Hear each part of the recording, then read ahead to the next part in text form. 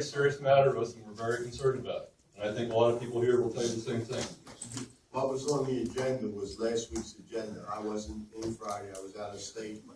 I didn't approve the agenda till yesterday. So That's the agenda we saw that I handed out, I sent to everybody. It had May 1st on it. Well, I'm sorry I didn't look at that, I assume it said, it actually did say May 8th, and I can send it to you.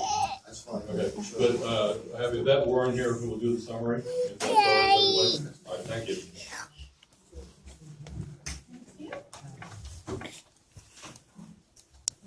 Next, I have some documents.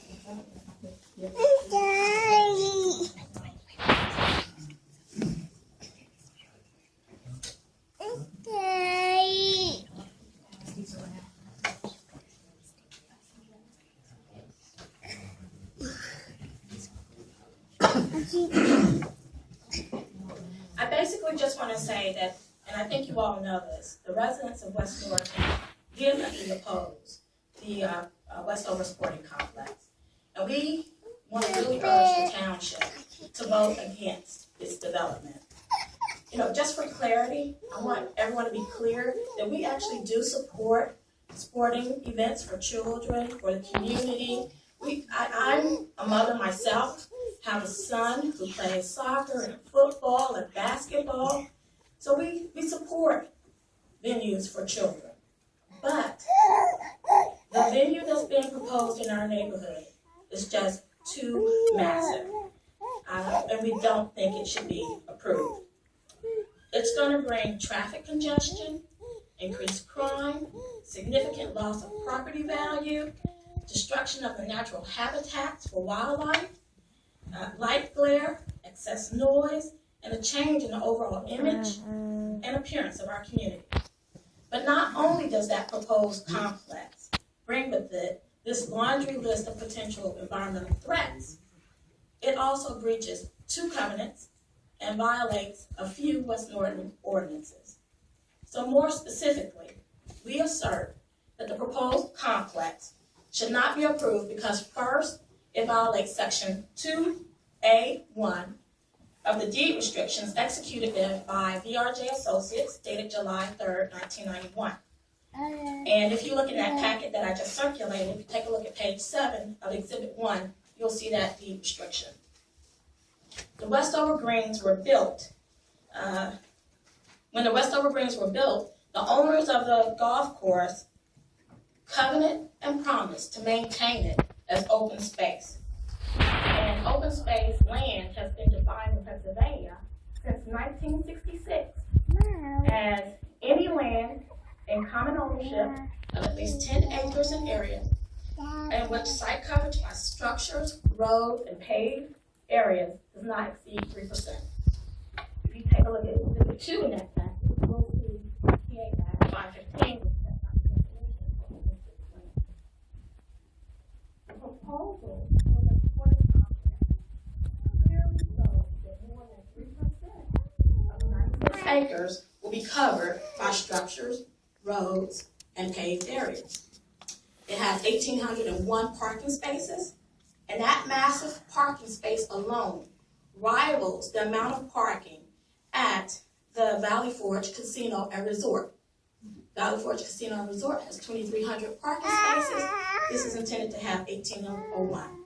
So you can see it's pretty massive.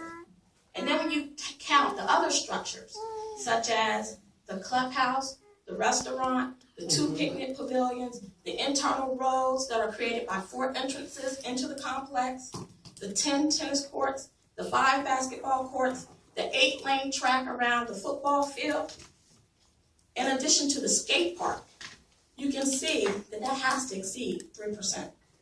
So this proposal in no way even approaches the definition of open space, and we consider it and believe that it's a direct breach of one of the primary covenants set out in deed restrictions.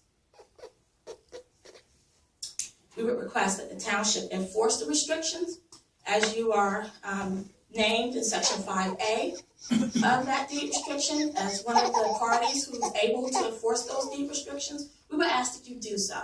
And certainly there are a number of homeowners, some of them present here tonight, who are poised and ready to seek enforcement of the deed. Secondly, I want to say that the proposed development is not consistent with the Pennsylvania Open Space Act. That's Act 515 or the West Norton Open Space Plan. And you can take a look at certain selected pages in Exhibit 3 of the packet that I sent around.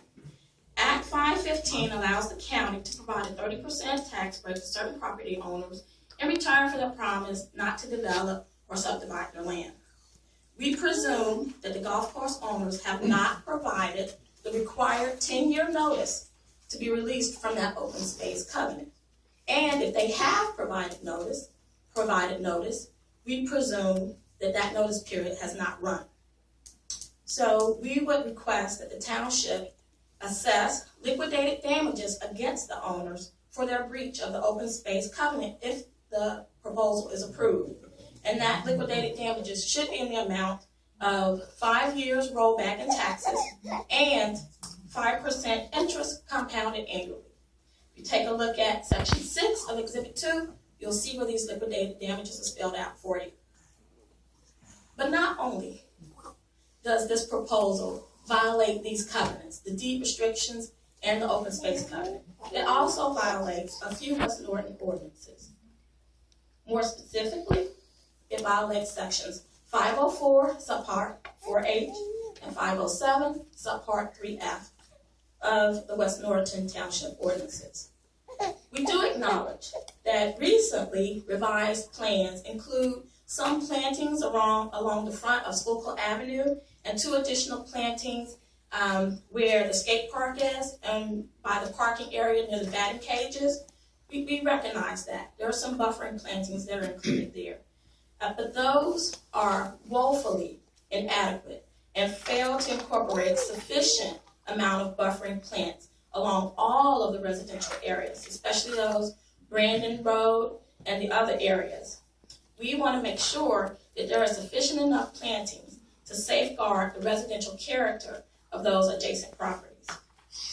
In addition, the proposed development contemplates cutting virtually all of the trees existing on the golf course. Now, Subdivision and Land Development Ordinance 507, subpart 3C, recommends and encourages, doesn't mandate, but recommends and encourages the relocation of noteworthy plant material. We urge the township not to approve the proposed plans without the appropriate relocation of the significant plant material in order to preserve the nature and character of green space.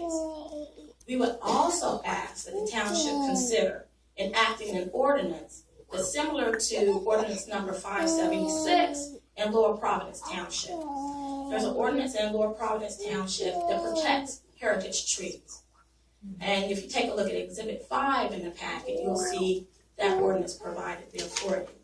That ordinance essentially prohibits the cutting of certain kinds of trees that the township has identified and considered worthy of preservation. For instance, if they are of a special species, a special rarity, historical importance, or if they're older than 75 years of age. We think that such an ordinance will be valuable in our township as well. Another violation that we would like to bring to the township's attention is the lack of an impact study. The ordinances set out that a traffic impact analysis is required before approval can be considered. The impact study essentially is a condition precedent to approval. At the March 19th meeting that I was present at, and so was a number of the residents here tonight, and at the April 10th meeting that I was in attendance at, and also a number of our residents, we were assured that this whole process was going to be conducted transparently. And we were informed that we would have access to the traffic impact study. We haven't seen it to date, and we think it is a vitally important piece in order for us to understand the potential traffic implications. They never gave us one, so we don't have it to show it to you. Okay, thank you. That's important to know because we still think it's vitally important. And some of the reasons why we think it's vitally important is because we need to understand how this proposed complex is going to impact the safety, traffic control, And also potential compensation to landowners if the frontage of their property has to be taken for street widening purposes. We need to know these kinds of things. We'd like to understand, for instance, whether there will be a need for an alternate emergency snow route other than Hemlock Road and Brandon Road. We need to understand, for instance, whether there are some streets in the area, Evergreen Road, for instance, is going to be made a one-way street in order to prevent cars from trying to cut through our neighborhoods